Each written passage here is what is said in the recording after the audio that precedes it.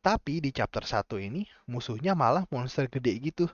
Ya bukannya nggak boleh sih, tapi jujur aja, jadi kerasa lebih umum atau generik, lebih klise gitulah pokoknya.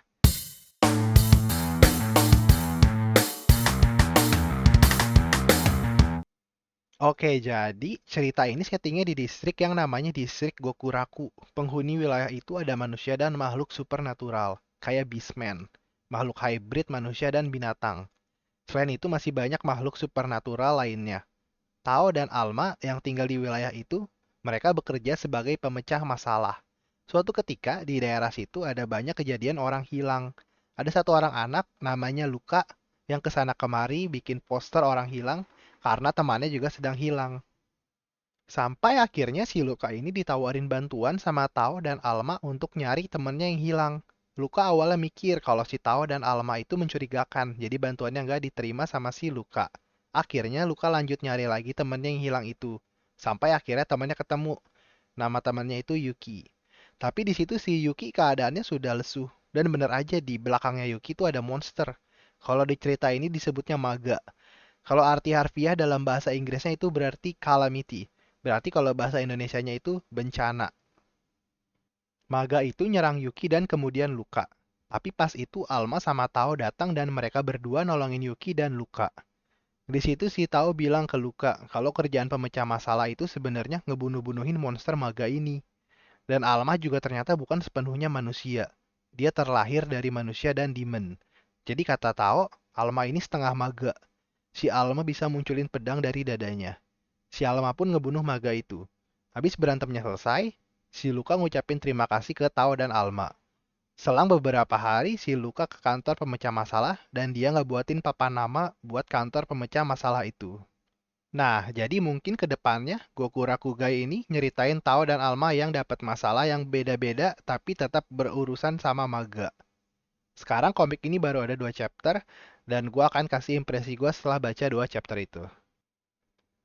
Oke, sebelumnya, lu harus pada tahu kalau ini awalnya cuma one shot terus dijadiin series. Udah lama pokoknya itu one shotnya. One shot itu kan cuma satu chapter selesai ya.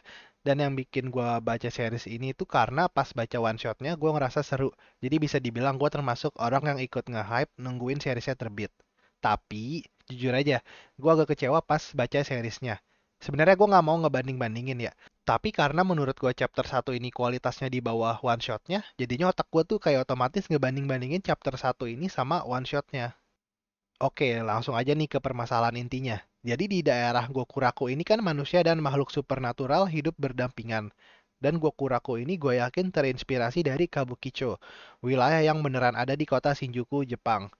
Kalau lu pada main game Yakuza, lu pasti tau lah daerah ini kayak apa. Banyak bar, host club, hostess club, night club, love hotel, ya begitulah. Intinya ini kawasan orang dewasa. Dan menurut gue ya, dengan setting di tempat kayak gini, cocoknya buat cerita-cerita yang konfliknya membumi alias antar sesama penghuni wilayah Gokuraku ini. Karena settingnya sendiri udah menarik. Makhluk supernatural dan manusia di tempat yang liar begini, pasti banyak kejadian menarik yang bakalan terjadi. Dan di one shotnya pun begitu. Makanya gue suka one shotnya. Karena di situ Alma dan Tao bantuin mermaid yang keluarganya ditipu sama salah satu manusia di kawasan Gokuraku ini. Tapi di chapter satu ini, musuhnya malah monster gede gitu. Ya bukannya nggak boleh sih, tapi jujur aja, jadi kerasa lebih umum atau generik, lebih klise gitulah pokoknya.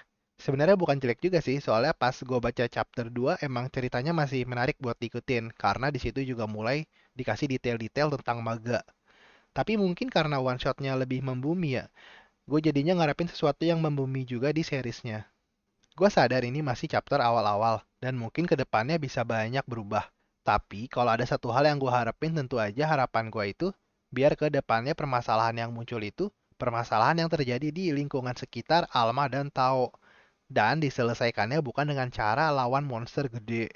Karena udah 2 chapter nih, penyelesaian akhirnya lawan monster maga itu. Terus yang menarik perhatian gue itu perubahan desain karakter Tao dan Alma dari one shotnya. Yang di one shotnya kelihatan lebih sangar menurut gue. Kalau yang di seriesnya lebih kerasa agar karakternya tuh bisa narik perhatian masyarakat umum gitu. Ibaratnya kerasa kayak desain karakter di series itu sengaja kayak gitu karena buat manga ini mau ngincer pasar yang lebih besar atau umum. Sedangkan pas di one shot itu pasar yang ngincer ya yang lebih spesifik. Lihat aja tuh, dadanya si Tao aja digedein tuh di seriesnya. Tatonya si Tao juga dihilangin. Tapi ini gue maklumin sih, soalnya gambar tato di one shot pasti lebih gampang daripada harus gambar tato di series. Karena susah juga artisnya kalau setiap chapter harus buat gambar tato. Tato kan termasuk gambar yang ribet ya.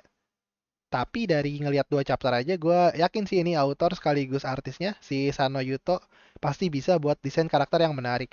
Jadi kedepannya gue juga menantikan karakter-karakter lainnya.